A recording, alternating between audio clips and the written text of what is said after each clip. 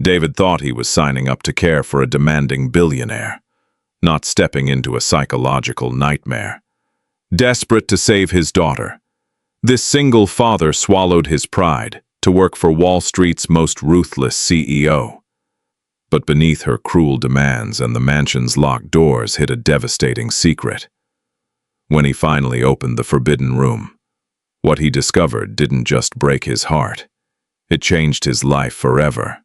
Stick around, because this twist will leave you entirely speechless.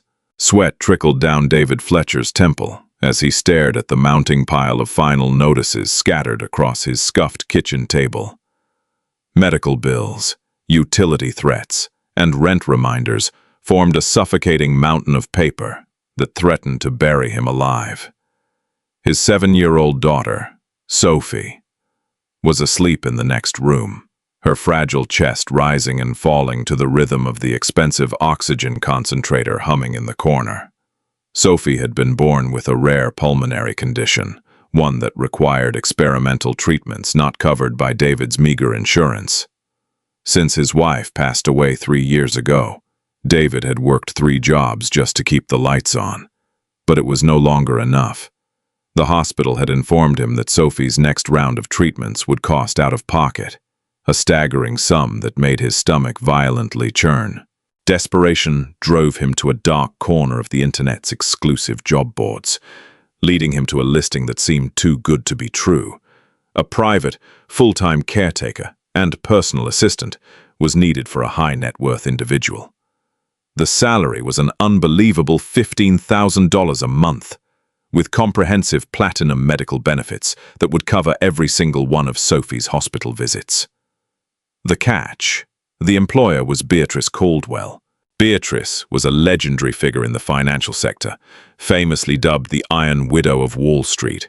She had inherited a crumbling real estate empire and ruthlessly transformed it into a global conglomerate, destroying rivals and gutting companies without a second thought. Rumors swirled about her personal life. She was notoriously reclusive, highly demanding, and burned through personal assistants faster than most people went through groceries. David didn't care about the rumors. He only saw the lifeline being thrown to his dying daughter. Rain lashed against the windshield of David's beat-up sedan as he pulled up to the imposing iron gates of the Caldwell estate in upstate New York. The property was a sprawling, Gothic-style stone fortress surrounded by acres of dense, foreboding woods. Security guards in sleek black raincoats meticulously checked his credentials before the massive gates slowly swung open, groaning like the entrance to a medieval dungeon.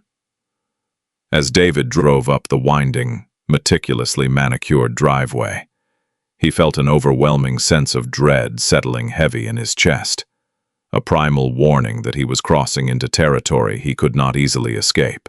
A stern-faced housekeeper named Eleanor escorted him through the cavernous foyer, her footsteps echoing sharply against the imported Italian marble floors. The house was magnificent but entirely devoid of warmth. Priceless tapestries and cold, modern art pieces adorned the walls.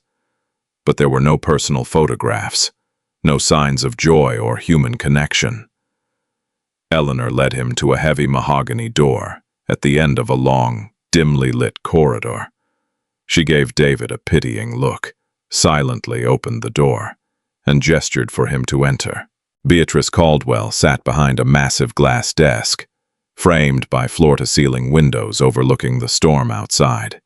She was a striking woman in her late 40s, dressed in an impeccably tailored charcoal suit. Her dark hair was pulled back into a severe, unforgiving bun, and her piercing gray eyes locked onto David the moment he stepped over the threshold. There was no greeting, no handshake, no polite small talk. She simply stared at him, dissecting his cheap, off-the-rack suit and the tired lines etched deeply around his eyes. "You are 5 minutes early, Mr. Fletcher," Beatrice noted, her voice smooth, icy, and entirely devoid of emotion. "I despise people who cannot manage time precisely. Being early is just as disruptive as being late." It shows an inability to follow exact instructions. David swallowed hard, keeping his posture rigid. I apologize, Ms. Caldwell. I wanted to ensure I wasn't delayed by the storm. Beatrice didn't blink. She picked up a slim silver pen and tapped it against a thick file folder bearing his name. Your resume is unexceptional. You managed a mid-level logistics firm before quitting to take a series of disjointed, menial jobs. You have no formal background in elite household management, nursing, or high-level executive assistance. Why on earth should I trust you to manage my private life? Because I have something the other candidates don't, David answered, his voice steady despite the tremor in his hands. I have no choice but to succeed. I need this job to keep my daughter alive. I will endure whatever hours, whatever tasks, and whatever demands you have. You won't find anyone more loyal or more resilient than a father fighting for his child's life. A chilling silence stretched across the vast office. Beatrice's eyes narrowed slightly, a microscopic shift in her otherwise stone-like expression. She studied him with the clinical detachment of a scientist examining a desperate, cornered animal. The salary is $15,000 a month, Beatrice finally stated, leaning back in her leather chair. The medical coverage begins on day one. In exchange, your life belongs to me. You will be on call, 24 hours a day, 6 days a week. You will live in the guest quarters above the garage.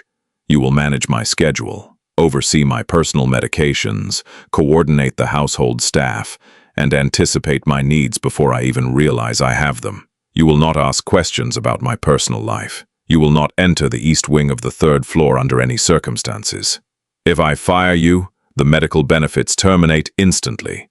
Do we understand each other? David thought of Sophie's pale, smiling face. He thought of the terrifying wheeze in her lungs at night. He looked directly into the cold, empty eyes of the billionaire across the desk. We understand each other perfectly. Weeks blurred into a grueling marathon of mental and physical exhaustion. David quickly learned that the rumors about Beatrice Caldwell were not just accurate. They severely understated her cruelty. Working for Beatrice was akin to navigating a minefield blindfolded while being actively berated. Her demands were not just strict, they were designed to break the spirit. His day began at precisely 4 in the morning. Beatrice required her coffee, Ethiopian blend, exactly 160 degrees, served in a specific bone china cup, waiting on her bedside table the moment her eyes opened. If it was too hot, she would casually pour it onto the expensive Persian rug and demand a fresh brew, deducting the cost of the cleaning from David's fragile pride. If he brought her the wrong tablet for her morning briefings, she would relentlessly mock his intelligence, asking loudly if his lack of basic comprehension was the reason his career had stalled so pathetically. One particularly brutal Tuesday, David had spent 3 hours organizing a complex international conference call for her, balancing time zones across London, Tokyo, and New York, when one of the Japanese executives experienced a brief audio glitch.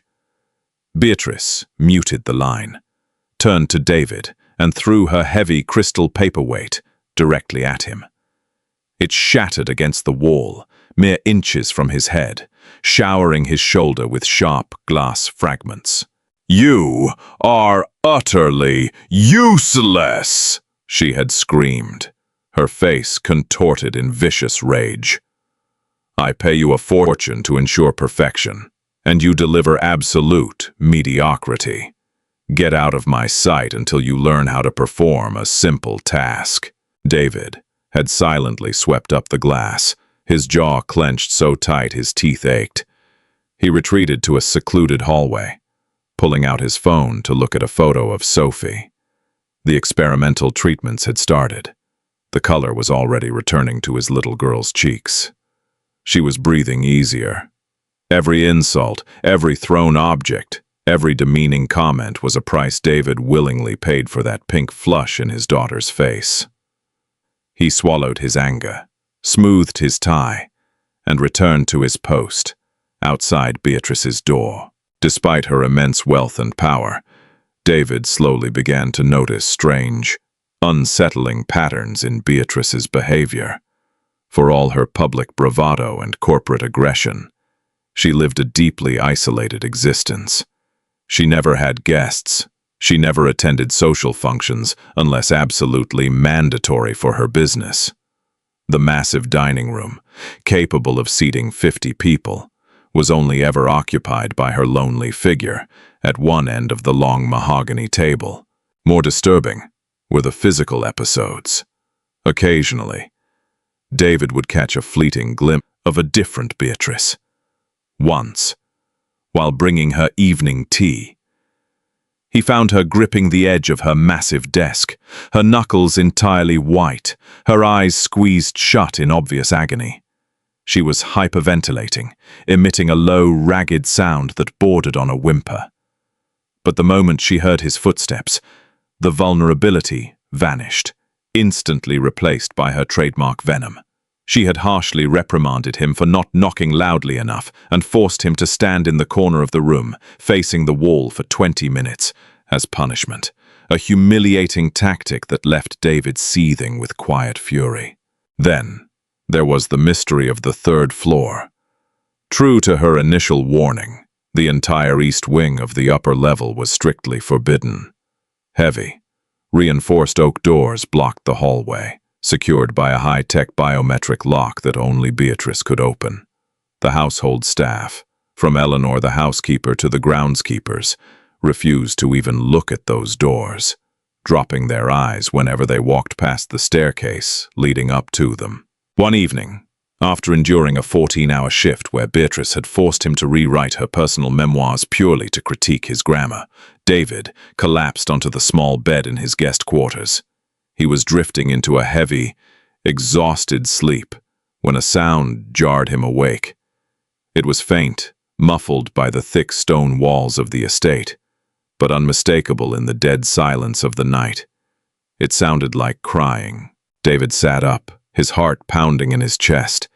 He threw on a robe and stepped out into the chilly night air, crossing the courtyard toward the main house. He let himself in through the kitchen entrance, moving silently through the shadows of the mansion. The weeping was coming from above, from the east wing. He crept up the grand staircase, his bare feet making no sound on the velvet runners. As he approached the forbidden reinforced doors, the crying grew slightly clearer. It wasn't the sound of a television, and it didn't sound like Beatrice. It sounded small, desperate, trapped. Suddenly, a hand clamped down hard on David's shoulder, making him jump violently. He spun around to find Eleanor, the elderly housekeeper, her face pale and drawn tight with terror in the moonlight filtering through the hallway window. "Don't!" Eleanor whispered, her voice trembling slightly.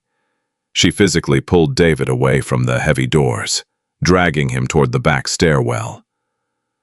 "If she catches you up here, she won't just fire you, Mr. Fletcher. She will ruin you. She has the money and the power to make sure you never work again, to make sure you lose your daughter. Leave it alone. Whatever you think you hear, you turn around and walk away." David let himself be led downstairs, but the seed of doubt had been firmly planted in his mind. The cold, old, cruel billionaire who tortured him daily was hiding something or someone behind those locked doors.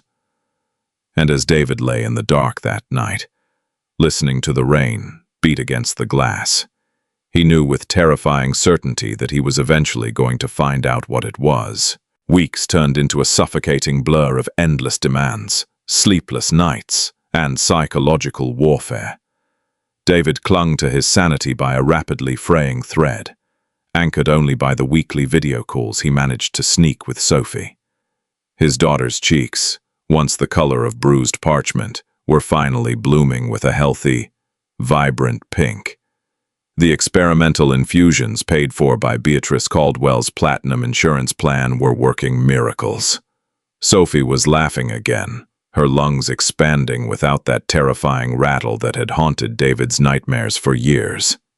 Every time Beatrice humiliated him, David closed his eyes and pictured Sophie's smile. It was his shield, his armor against the relentless onslaught of his employer's venom. Beatrice's cruelty, however, seemed to escalate in direct proportion to David's resilience. It was as if his quiet endurance infuriated her. She began inventing impossible tasks, setting him up for inevitable failure, just so she could tear him down. One freezing Thursday morning, she demanded he drive 2 hours into the city to retrieve a specific brand of imported Swiss fountain pen ink, only to pour the entire bottle down the ornate marble sink while maintaining dead eye contact with him. She told him the shade of blue was too melancholic and ordered him to go back and get black. He did it without a single word of protest, though his knuckles bled from gripping the steering wheel so tightly. Yet, intertwined with this sadistic behavior were the glaring anomalies of the Caldwell estate. David, possessing a naturally observant mind, sharpened by years of logistical management, began noting the strange deliveries that arrived at the fortified service entrance. Twice a week, a discreet white van bearing no company logo would pull up to the rear gates. A man in a clinical grey uniform would hand off heavy, unmarked cardboard boxes to Eleanor, the elderly housekeeper, who guarded them with an intensity that bordered on paranoia.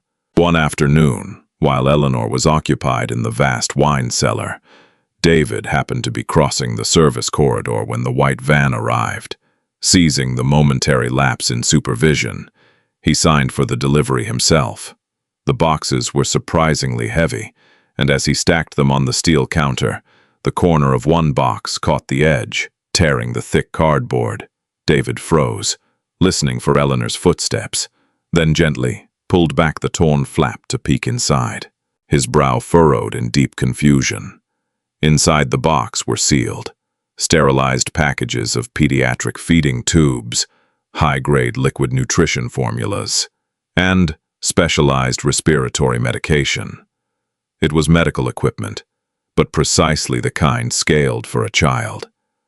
Beatrice Caldwell lived alone. She had no family, no heirs, and vehemently despised children, once firing an executive on the spot because his newborn baby cried in the background of a phone call. Why on earth was an absolute fortune in pediatric medical supplies being smuggled into her mansion? Before David could investigate further, a harsh, trembling hand snatched the torn flap from his grasp. Eleanor stood there, her face devoid of its usual color, her eyes blazing with a mixture of terror and absolute fury. "What are you doing?" she hissed, her voice dropping to a dangerous, gravelly whisper. She shoved him away from the counter, positioning her frail body between him and the boxes. "You have no business down here, Mr. Fletcher. Your duties are with Ms. Caldwell upstairs. You are crossing lines that will get you destroyed." "Eleanor, who are these for?" David asked, keeping his voice calm but firm. "I know pediatric supplies when I see them. My daughter needs similar equipment. There is a child in this house, isn't there? Up on the 3rd floor, in the east wing."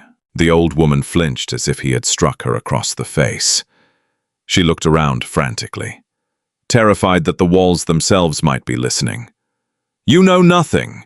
You are a man desperate for a paycheck, and that is all you need to be. If you breathe a word of this to her, or if you go digging where you don't belong, you will lose your daughter's medical coverage before the sun sets. Do you understand me? She will crush you." David backed away, the heavy weight of realization settling in his stomach. The crying he had heard that rainy night wasn't his imagination. The East Wing wasn't a vault for stolen art or hidden wealth. It was a prison. That evening, Beatrice was in a particularly foul mood. She paced the length of her sprawling office, a glass of expensive bourbon clutched tightly in her pale hand. She was aggressively tearing apart a quarterly financial report, shouting at David about the incompetence of her board of directors. But David barely heard her insults. He was watching her closely, noticing the slight tremor in her hands, the dark, bruised bags under her steely grey eyes, and the way she kept unconsciously glancing upward, toward the ceiling, toward the east wing. "Are you deaf, Fletcher, or just profoundly stupid?" Beatrice snapped, slamming her glass down onto the glass desk so hard it threatened to shatter. "I asked you a question about the offshore accounts. I apologize. Ms. Caldwell," David replied smoothly. "I will have the revised figures for you by midnight," Beatrice sneered, waving her hand dismissively. "Get out. Your presence is giving me a migraine, and don't return until tomorrow morning. I want absolute silence in this house tonight." David nodded and quietly retreated. But as he closed the heavy mahogany door behind him, his mind was racing. Absolute silence. It was the perfect cover. The mystery of the East Wing was eating away at his conscience, colliding violently with his instincts as a father. He knew the risks. He knew Beatrice Caldwell could ruin his life with a single phone call. But knowing a child might be locked away in the dark, suffering in the belly of this Gothic mansion, was a burden his soul could no longer carry. Tonight, he decided, he was going to find out the truth. Midnight draped the Caldwell estate in a suffocating shroud of darkness. A fierce autumn storm had rolled in off the coast, battering the thick stone walls of the mansion with howling winds and driving rain. It was the kind of weather that swallowed sound, masking the creak of floorboards and the turning of doorknobs. David sat fully dressed on the edge of his bed in the guest quarters, his heart hammering against his ribs like a trapped bird. He stared at his phone, the glowing screen illuminating a picture of Sophie, smiling brightly from her hospital bed. "Forgive me, Soph," he whispered to the empty room. "But I have to know." He slipped a small, high-powered flashlight into his jacket pocket and quietly exited his room. The courtyard was a treacherous sea of deep puddles and whipping branches. But David moved swiftly, keeping to the shadows until he reached the service entrance. He keyed in his access code, praying the storm hadn't caused the security system to reboot. The small green light flashed, and the heavy metal door clicked open. The interior of the mansion was tomb-like. The grand hallways, usually bustling with terrified staff during the day, were completely deserted. David bypassed the main staircase, opting instead for the narrow, spiraling servants' stairs hidden behind the kitchen pantry. These stairs led directly to the upper floors, bypassing Beatrice's master suite entirely. As he ascended into the oppressive darkness of the third floor, the air grew noticeably colder. The scent of imported lavender and expensive floor wax faded, replaced by the sterile, unmistakable odor of clinical antiseptics.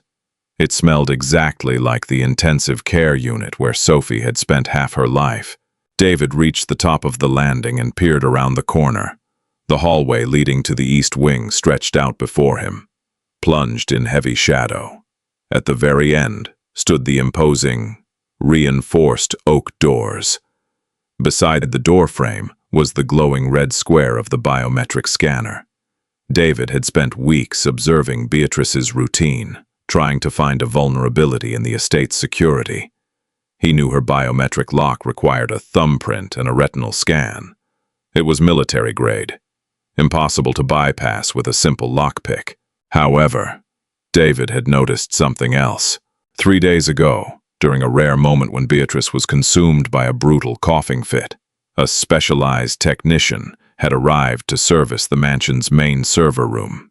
David, tasked with escorting the man, had carefully watched him input a master override code to bypass a firewall on the mansion's internal network.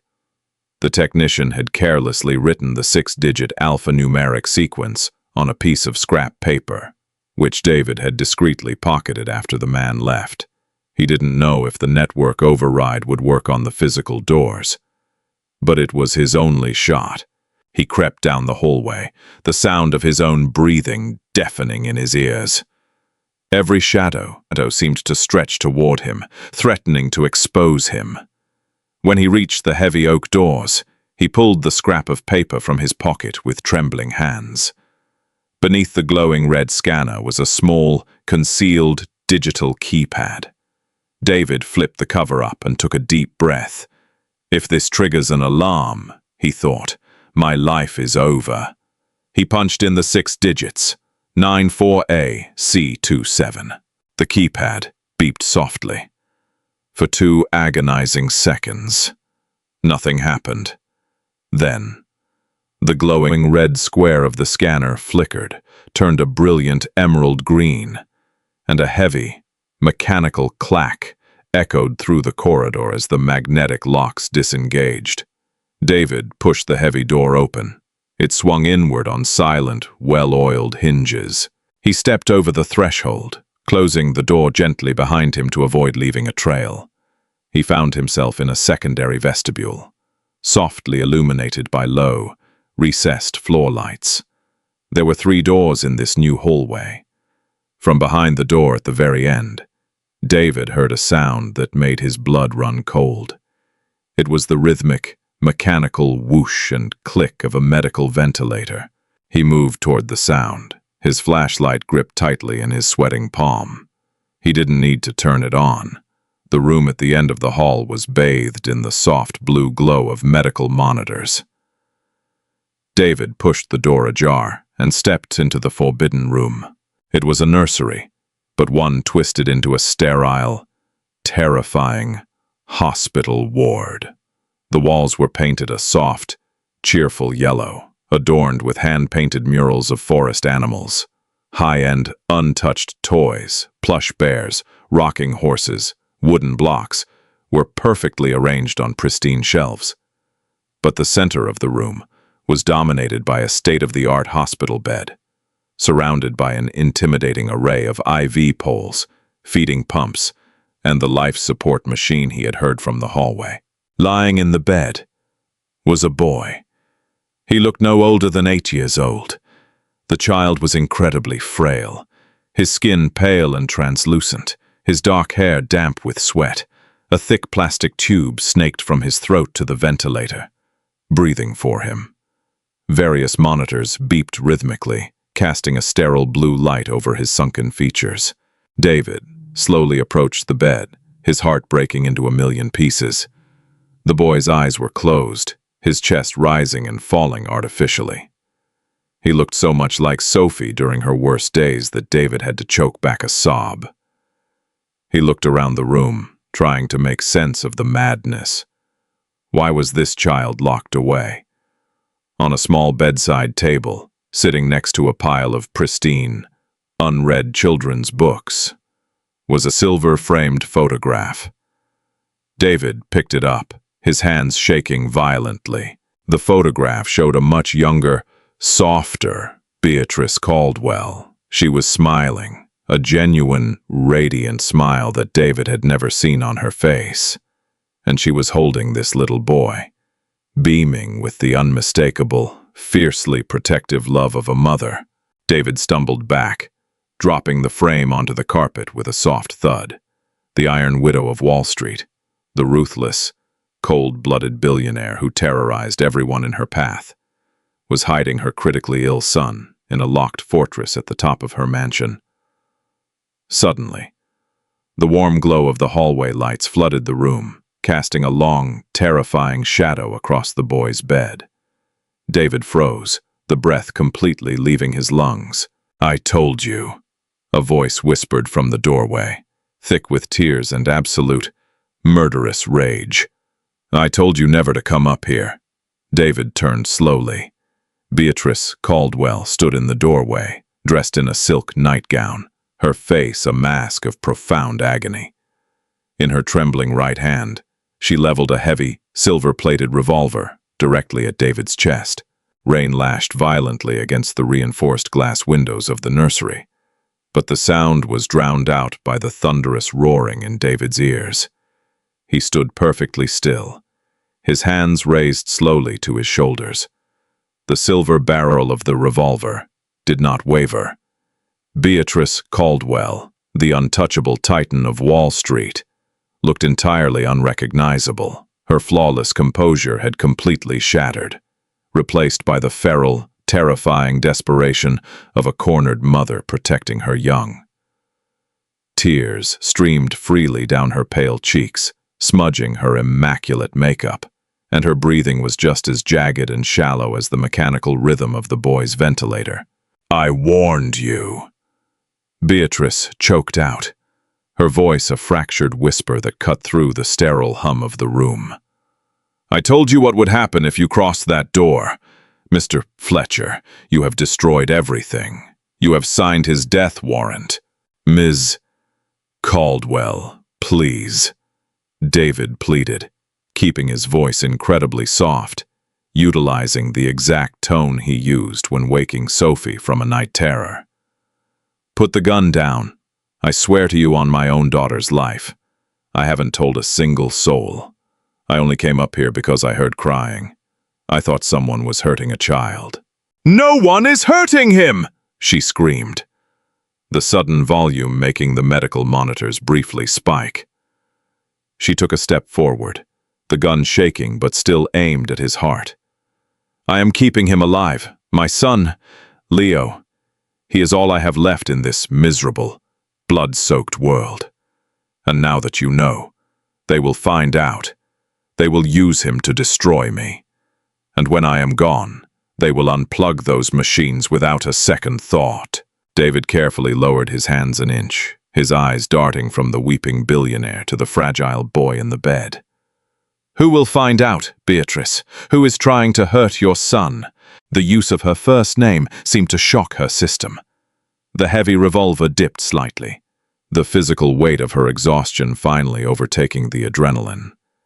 She collapsed into a plush armchair beside Leo's bed, the gun slipping into her lap as she buried her face in her hands. Deep, agonizing sobs ripped through her chest, a dam of grief bursting after years of impossible pressure. Slowly, David knelt beside her chair. He didn't see a cruel CEO anymore. He just saw a parent crushed by the unbearable weight of a sick child. "Tell me what is happening," he urged gently. "I know what it's like to watch your child stop breathing. I know the terror of those hospital bills. You are paying for my daughter's life right now. Let me help you." Beatrice looked up, her gray eyes bloodshot and haunted. She looked at Leo, gently reaching out to stroke the boy's sweat-dampened hair. "Leo's father was Richard Belmont," she began, her voice hollow. "He was a monster, a brilliant, powerful monster who built a corporate empire on the bones of his competitors. When Richard died in a plane crash 4 years ago, his board of directors, vultures, every single one of them, expected me to quietly surrender his shares. Instead, I took over. I became ruthless because if I showed a single ounce of weakness, they would have ripped us apart." She paused, swallowing hard. 3 years ago, Leo collapsed. The doctors diagnosed him with an aggressive, degenerative neurological disease. The board was thrilled. A sick heir meant a distracted CEO. If they could prove I was mentally unfit, or that the primary heir was incapacitated permanently, a loophole in Richard's trust would allow them to seize control of the company. That company generates the liquid billions required to fund the private research facility working around the clock to synthesize a cure for Leo. If I lose the company, the research stops, and my son dies. David stared at her, the horrific pieces of the puzzle snapping together. The cruelty, the isolation, the extreme paranoia, the impossible demands. It was all a carefully orchestrated theatrical performance. Beatrice Caldwell had to project an image of absolute, terrifying invincibility to the outside world to protect her dying son from the corporate predators circling her throne. She had fired anyone who got too close, terrified they would discover her vulnerability and sell the secret to the board. "The medical supplies coming to the service entrance," David murmured. "Eleanor intercepts them to keep the rest of the staff completely ignorant." "Eleanor delivered Leo," Beatrice whispered. "She is the only one I trust. Dr. Harrison Reed," the lead researcher, visits once a month under the guise of an IT consultant to administer the experimental serums. "I have paid him over $50 million to keep this quiet and find a cure. But Leo is getting worse, David. The serums aren't working. He hasn't opened his eyes in 6 weeks. I am losing him, and I am entirely alone." David reached out and gently placed his hand over the revolver in her lap, slowly sliding it away from her trembling fingers. He didn't judge her for the abuse she had hurled at him over the past few weeks. He understood it perfectly. She was a woman fighting a war on 2 fronts, one against death and one against corporate assassins. "You aren't alone anymore," David said firmly, meeting her tear-filled eyes. "You saved my daughter, Beatrice, your insurance, your money. It gave Sophie her lungs back. You gave me my little girl. I owe you a debt I can never repay. But I am going to try." Beatrice stared at him, the hardened ice in her eyes melting into desperate, fragile hope. "They will destroy you too, David. The men on that board, Gregory Townsend, the CFO, they play for blood. If they find out you know, they won't just fire you." "I used to manage complex logistics for global supply chains before Sophie got sick," David replied, his voice hardening with sudden resolve. "I know how to hide things in plain sight, and I know medical charts. Let me look at Leo's files. Let me review Dr. Reed's treatments. 2 pairs of eyes are better than 1. For the first time since David had walked into her office, Beatrice Caldwell did not issue a command. Instead, she simply nodded, handing him the heavy, leather-bound medical file resting on the nightstand. The war had just shifted, and David was no longer a casualty. He was a soldier. Morning broke over the Caldwell estate, with a heavy, oppressive gray fog that mirrored the dark shift in David's reality. His role in the household had radically transformed overnight, to the outside world, and even to the rest of the frightened estate staff. He remained the pathetic, overworked punching bag of the cruel billionaire. During the day, Beatrice continued her public charade, shouting at him over minor infractions and throwing files across the room. But in the quiet, desperate hours of the night, they were partners, locked inside the forbidden East Wing, desperately trying to save a little boy's life. Armed with a staggering amount of espresso, David spent 4 consecutive nights sitting at a small desk in Leo's nursery, poring over the incredibly dense medical files provided by Dr. Harrison Reed.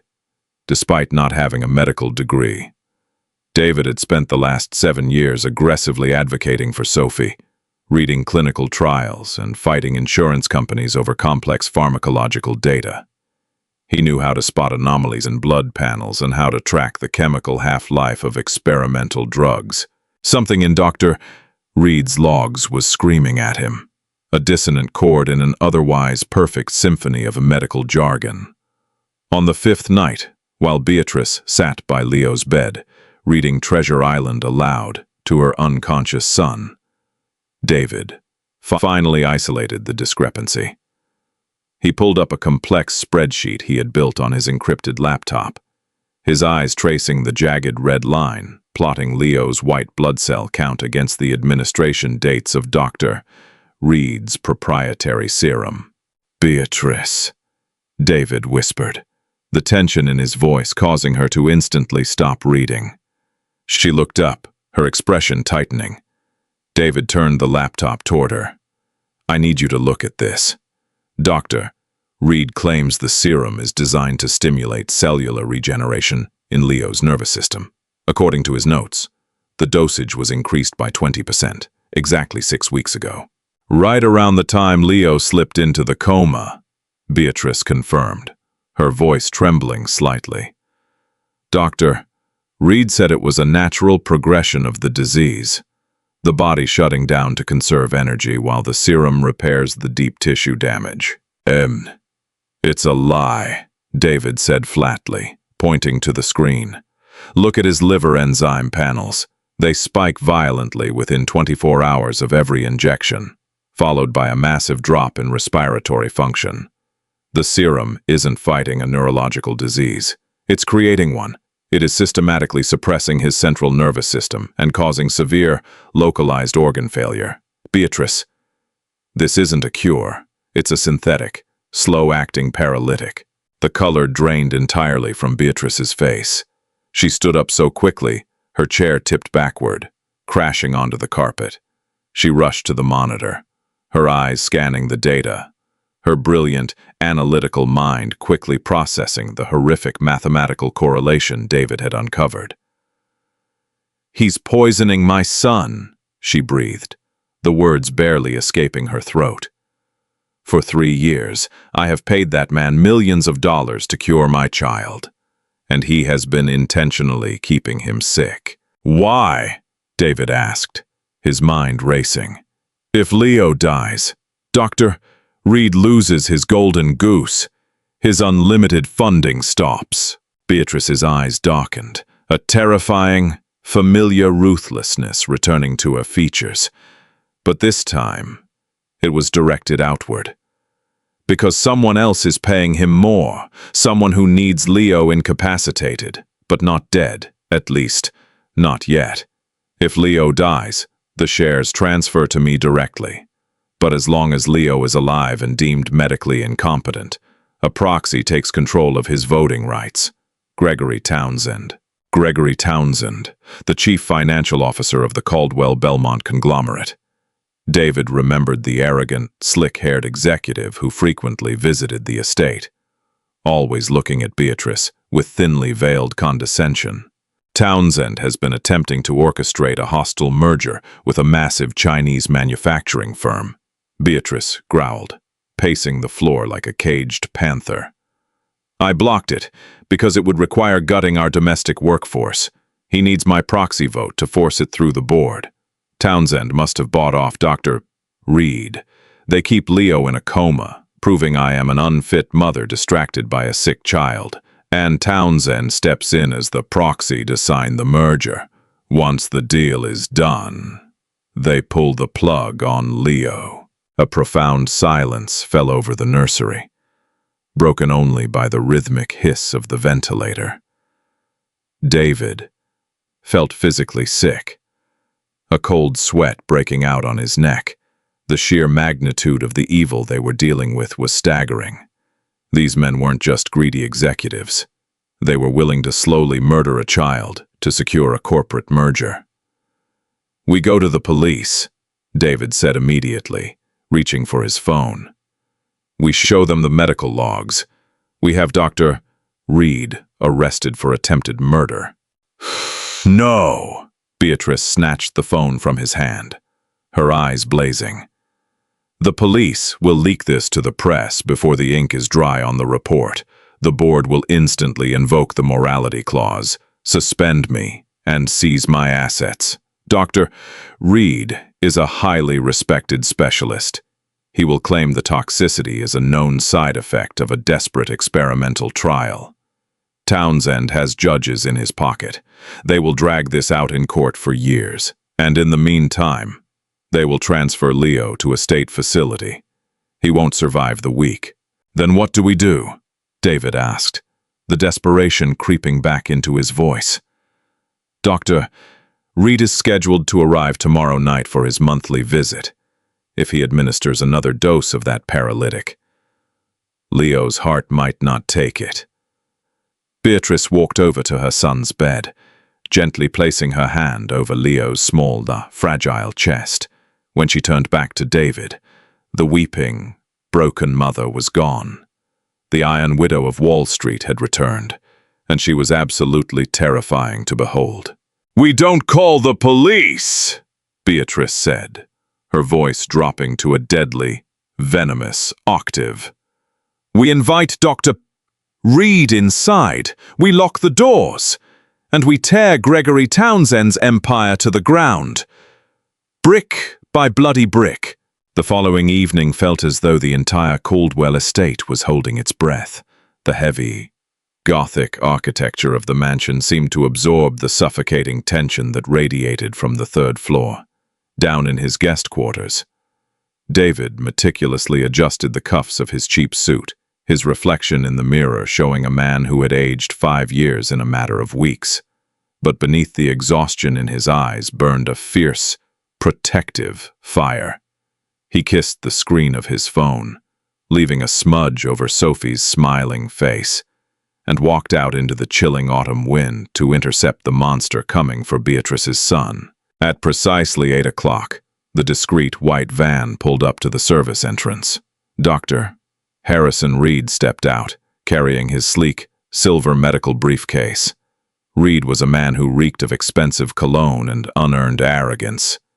He wore a tailored cashmere topcoat and a perfectly practiced smile of sympathetic concern. A mask he wore to disguise the absolute rotting decay of his morality. "Ah, Mr. Fletcher," Dr. Reed greeted smoothly, brushing a stray raindrop from his lapel. "Dreadful weather out there. I trust Ms. Caldwell is expecting me." She is waiting in the East Wing, Doctor," David replied, his voice a flat, emotionless monotone. He turned and led the way through the cavernous kitchen, deliberately taking the long route up the grand staircase. With every step, David's hand discreetly checked the heavy iron fireplace poker he had tucked behind his back, hidden beneath his jacket. When they reached the reinforced oak doors of the East Wing, David punched in the override code. He stepped aside, allowing the doctor to enter the dimly lit vestibule first. As soon as Reed crossed the threshold, David pulled the heavy door shut. The magnetic locks engaged with a loud final clack that echoed like a gunshot in the narrow hallway. "Doctor," Reed paused, glancing over his shoulder with a slight frown. "A bit theatrical tonight, aren't we? Ms.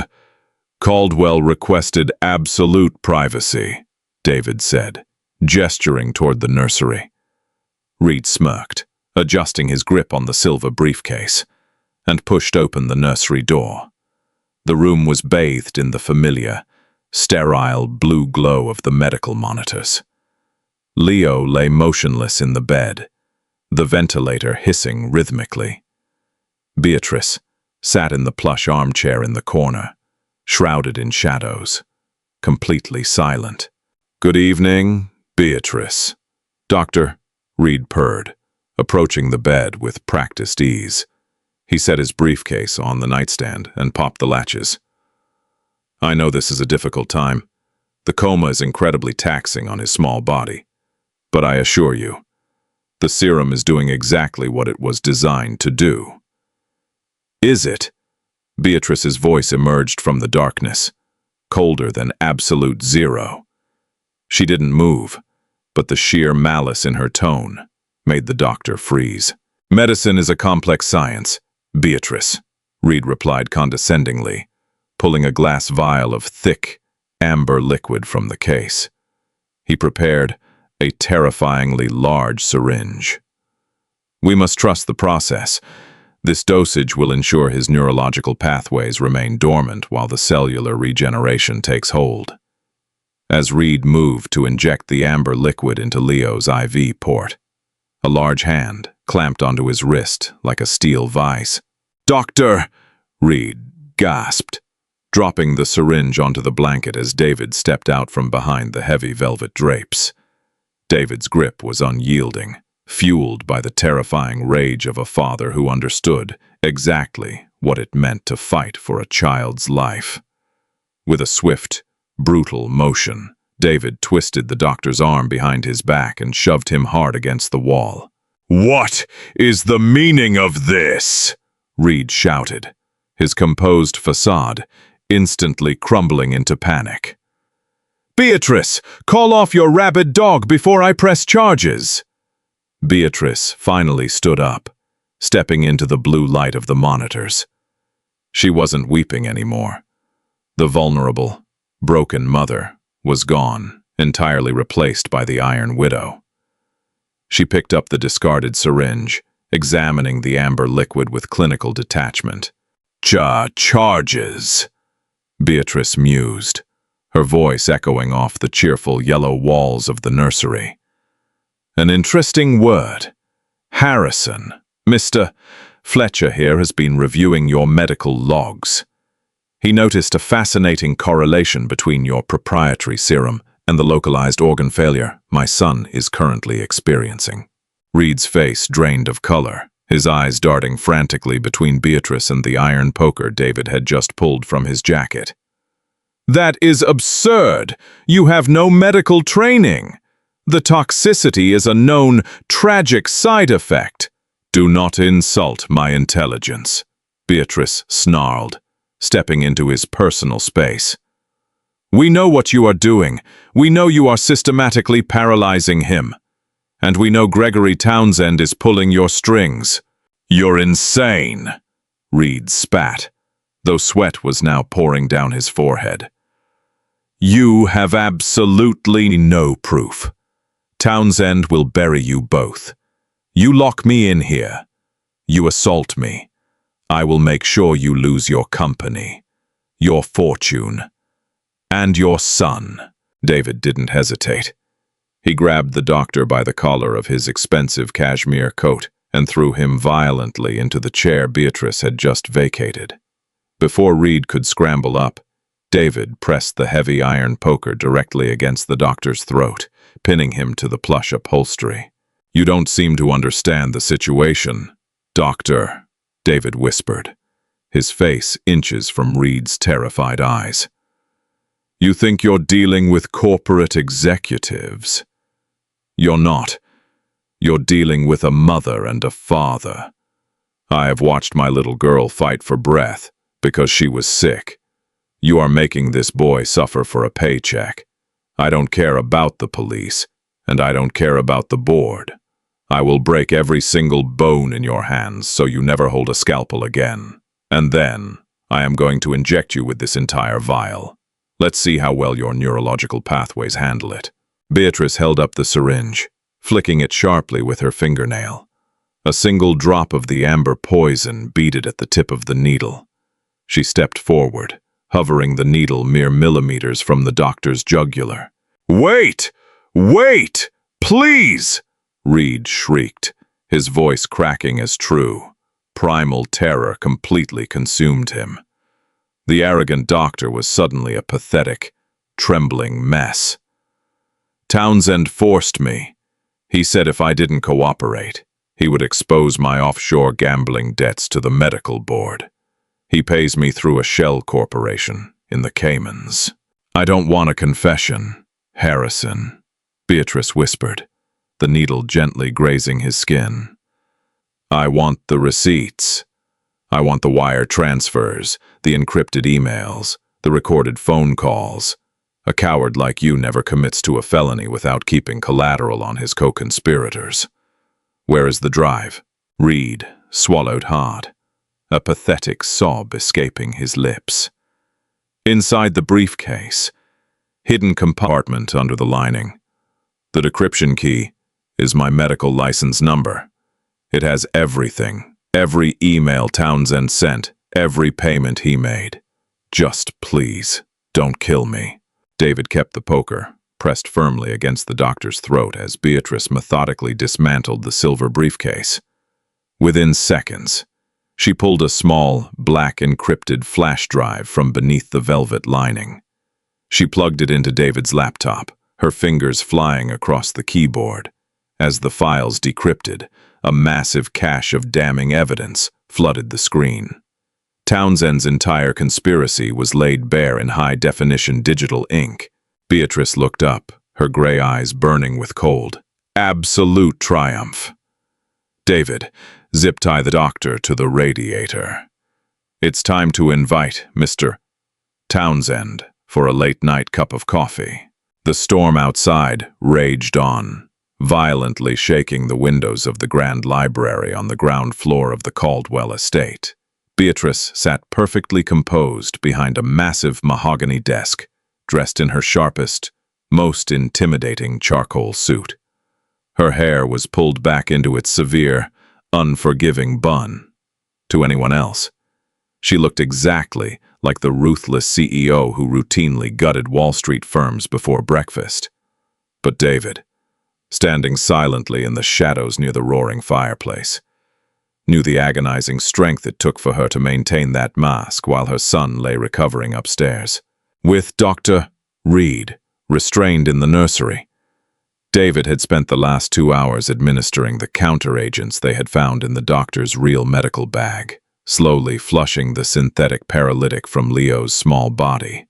The boy's vitals had already begun to stabilize, the terrifying spikes in his liver enzymes smoothing out into a calm, steady rhythm. At exactly midnight, the heavy library doors swung open. Gregory Townsend strutted into the room, entirely oblivious to the trap he was walking into. The chief financial officer was a tall, excessively groomed man who wore his greed like a tailored suit. He looked at Beatrice with a mixture of faux sympathy and predatory anticipation, clutching a sleek leather folio under his arm. "Beatrice, my dear," Townsend said smoothly, pulling up a chair uninvited. "I came as soon as I got your message. Eleanor said it was an emergency regarding Leo. I pray his condition hasn't worsened." Beatrice looked at him, her face a masterclass in stoic grief. "Leo's organs are failing. Gregory, Dr. Reed was here tonight. He informed me that my son will not survive the week. I am stepping down." Townsend's eyes gleamed with a flash of unfiltered, victorious joy, before he quickly masked it with a solemn nod. "I am so incredibly sorry, Beatrice. No mother should have to endure this. But you must think of the company. The Chinese merger cannot wait if you step away. The board needs a proxy to ensure the Caldwell-Belmont legacy doesn't collapse during your mourning period." He slid the leather folio across the desk, opening it to reveal a stack of legally binding proxy transfer forms. It was the absolute surrender of her empire. All she had to do was sign on the dotted line, and Townsend would control billions. "You've thought of everything, haven't you, Gregory?" Beatrice murmured, picking up her silver fountain pen. "I only seek to lift this terrible burden from your shoulders." Townsend replied, a smug, sickening smile playing on his lips. "You go be with your son in his final hours. Let me handle the ugly business of the world." Beatrice held the pen over the paper for a long, agonizing moment. Then she set it down, the sharp click echoing loudly over the crackle of the fireplace. "I have a question about the merger, Gregory," Beatrice said, leaning back in her leather chair. "How exactly does it benefit the Cayman Islands Shell Corporation, registered under the name Apex Holdings?" Townsend's smug smile vanished instantly. His posture stiffened, a microscopic bead of sweat forming at his hairline. "I don't know what you're talking about, Beatrice. The grief is clearly making you delirious. Sign the papers."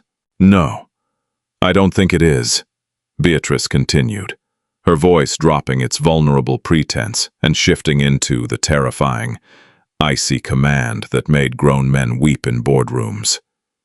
"You see, David here has been doing some late-night reading." David stepped out of the shadows, walking over to the desk and dropping a thick stack of printed emails directly on top of the proxy forms.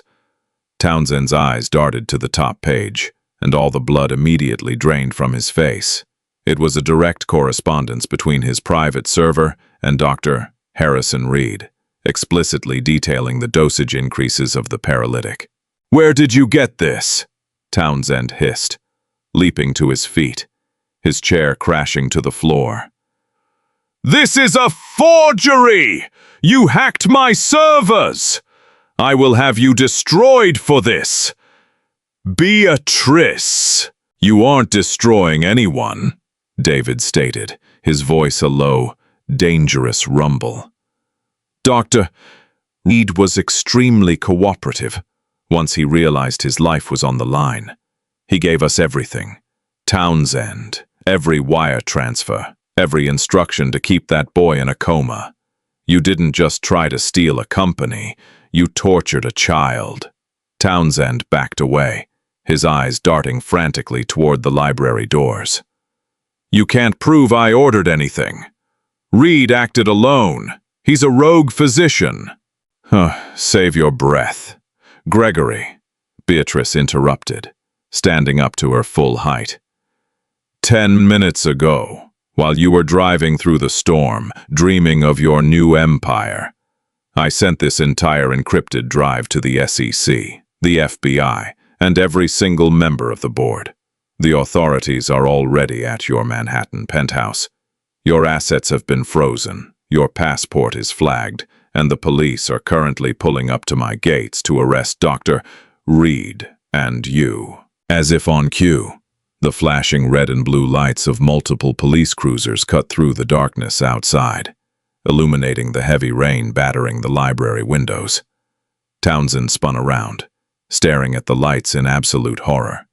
The empire he had murdered for had crumbled to ash in a matter of seconds. He lunged forward in a blind panic, desperately reaching for the printed emails on the desk. But David was faster. He grabbed Townsend by the lapels of his expensive suit and slammed him hard against the heavy oak bookshelves. "You sit down, and you stay quiet," David growled, his grip tightening until Townsend gasped for air. "Or I won't wait for the police to put you in handcuffs." Townsend sagged, the fight completely leaving his body. He slid down the bookcase to the floor, a broken, ruined man waiting for the sirens to close in. Beatrice walked around the desk, stopping beside David, for the first time since he had met her. The terrifying Iron Widow looked entirely at peace. She placed a gentle hand on David's shoulder. "You did it, David," she whispered, a genuine tear slipping down her cheek. "You saved him." "We saved him," David corrected softly. Months later, the Caldwell estate was unrecognizable. The oppressive darkness had lifted, replaced by the warm light of a home that was finally alive. Gregory Townsend and Dr. Reed were facing decades in federal prison. The board of directors, terrified of Beatrice's wrath, had fallen completely in line. But the biggest change was in the East Wing. The heavy reinforced doors were gone. In the sunlit courtyard, a little boy named Leo was laughing brightly, tossing a baseball to a little girl named Sophie. Sophie's lungs were strong, her cheeks rosy, and she chased the ball with endless, vibrant energy. David sat on the patio bench, watching them play. Beatrice walked out, carrying 2 cups of steaming Ethiopian coffee. She handed one to David, offering him a warm, genuine smile. There were no more contracts, no more cruelty, no more secrets. Just a single father and a billionaire CEO who had fought through hell to save their children, discovering a profound, unbreakable family along the way. Sunlight streamed through the massive bay windows of the Caldwell estate, painting golden streaks across the once dreary mahogany floors. In the weeks immediately following the arrests of Gregory Townsend and Dr. Harrison Reed, the Gothic mansion underwent a radical transformation. Heavy velvet drapes that had blocked out the world for years were finally pulled back, allowing fresh autumn breezes to sweep away the sterile, suffocating scent of medical antiseptics. Beatrice Caldwell systematically purged her life of the darkness that had nearly consumed her family. She fired half her board of directors, replacing the greedy, predatory executives with loyal, fiercely ethical leaders who understood that the Caldwell-Belmont empire was no longer just a ruthless machine. It was going to become a shield. David Fletcher remained by her side through the entire turbulent transition. He was no longer the exhausted, belittled assistant sleeping in the cramped quarters above the garage. He had moved into a sprawling, comfortable suite down the hall from Beatrice. And his primary focus had shifted entirely to the children. Leo's recovery from the synthetic paralytic was an agonizingly slow and fragile process. For the first 2 weeks, his small body fiercely battled the withdrawal of the poison doctor Reed had been pumping into his veins. David spent countless nights sitting awake beside Beatrice in the nursery, passing her cups of hot tea and offering quiet words of reassurance when the boy's fever spiked. Because David had navigated the terrifying maze of pediatric illness with Sophie, he became Beatrice's anchor. He knew exactly how to translate the complex terminology used by the new, highly vetted team of ethical neurologists she had flown in from Switzerland. One quiet Tuesday morning, a profound miracle occurred. David was sitting in the armchair, softly reading a storybook aloud, when a faint, raspy sound broke the silence. "Mom," Beatrice, who had been dozing on the edge of the bed, shot upward as if struck by lightning. Leo's heavy eyelids fluttered open, revealing tired, confused blue eyes. He looked incredibly weak, but the terrifying emptiness of the coma was entirely gone. The boy was awake. Tears of absolute, unbridled joy poured down Beatrice's face as she scooped her fragile son into her arms, burying her face in his neck and weeping with a volume and intensity that shook the entire room. David quietly stepped out into the hallway, pulling the door shut behind him to give them privacy, completely unable to stop his own tears from falling. As Leo's strength slowly returned, a beautiful dynamic blossomed within the walls of the sprawling estate. Sophie, whose own health was rapidly stabilizing thanks to the world-class treatments Beatrice continued to fund, became Leo's closest companion. The two children, both having survived unimaginable physical trauma, shared an unspoken, unbreakable bond. Sophie would sit by Leo's wheelchair in the sunlit gardens, drawing colorful pictures and talking endlessly about the world outside. Her vibrant energy became the exact medicine Leo needed. Within 2 months, he was out of the wheelchair. Within 3, he was running across the manicured lawns, his laughter echoing against the stone walls and chasing away the remaining ghosts of the mansion. Justice, when it finally arrived, was swift and absolute. Townsend and Reed attempted to turn on each other during the federal investigation, but the encrypted drive David had secured proved completely insurmountable. During the sentencing hearing in downtown Manhattan, Beatrice stood before the judge, projecting a calm, terrifying authority that left the courtroom dead silent. She looked Gregory Townsend directly in the eyes as the judge handed down a 30-year sentence in federal prison for conspiracy and attempted murder. The Iron Widow had delivered her final, devastating strike, but she left her ruthless mask in that courtroom forever. She didn't need it anymore. Back at the estate, on a crisp November afternoon, Beatrice summoned David into her expansive, glass-walled office. The room felt entirely different now. The intimidating distance between the massive desk and the door was gone. A comfortable sitting area had been added, making the space feel warm and inviting. Beatrice stood by the window, watching Sophie and Leo play tag in the courtyard below. She turned to David, a soft, genuine smile illuminating her features. In her hands, she held a thick, formal document. "Do you know what this is, David?" she asked, her voice calm and steady. "It looks like an employment contract," David replied, a hint of confusion in his eyes. "It is your employment contract," Beatrice confirmed. The one you signed when you walked in here, desperate, terrified, and willing to endure absolute hell to save your daughter. Without breaking eye contact, Beatrice gripped the thick stack of paper and ripped it entirely in half, tossing the shredded pieces into the silver wastebasket beside her desk. "You are not my assistant, David," Beatrice said, her voice thickening with profound emotion. "You are the man who gave me my son back. You saved my life. I am restructuring the Caldwell-Belmont conglomerate. I am launching a massive philanthropic foundation dedicated to funding pediatric medical research and providing comprehensive financial support for single parents fighting for their sick children. I am putting $50 million into the trust tomorrow." David's breath hitched in his throat. "Beatrice, that is incredible."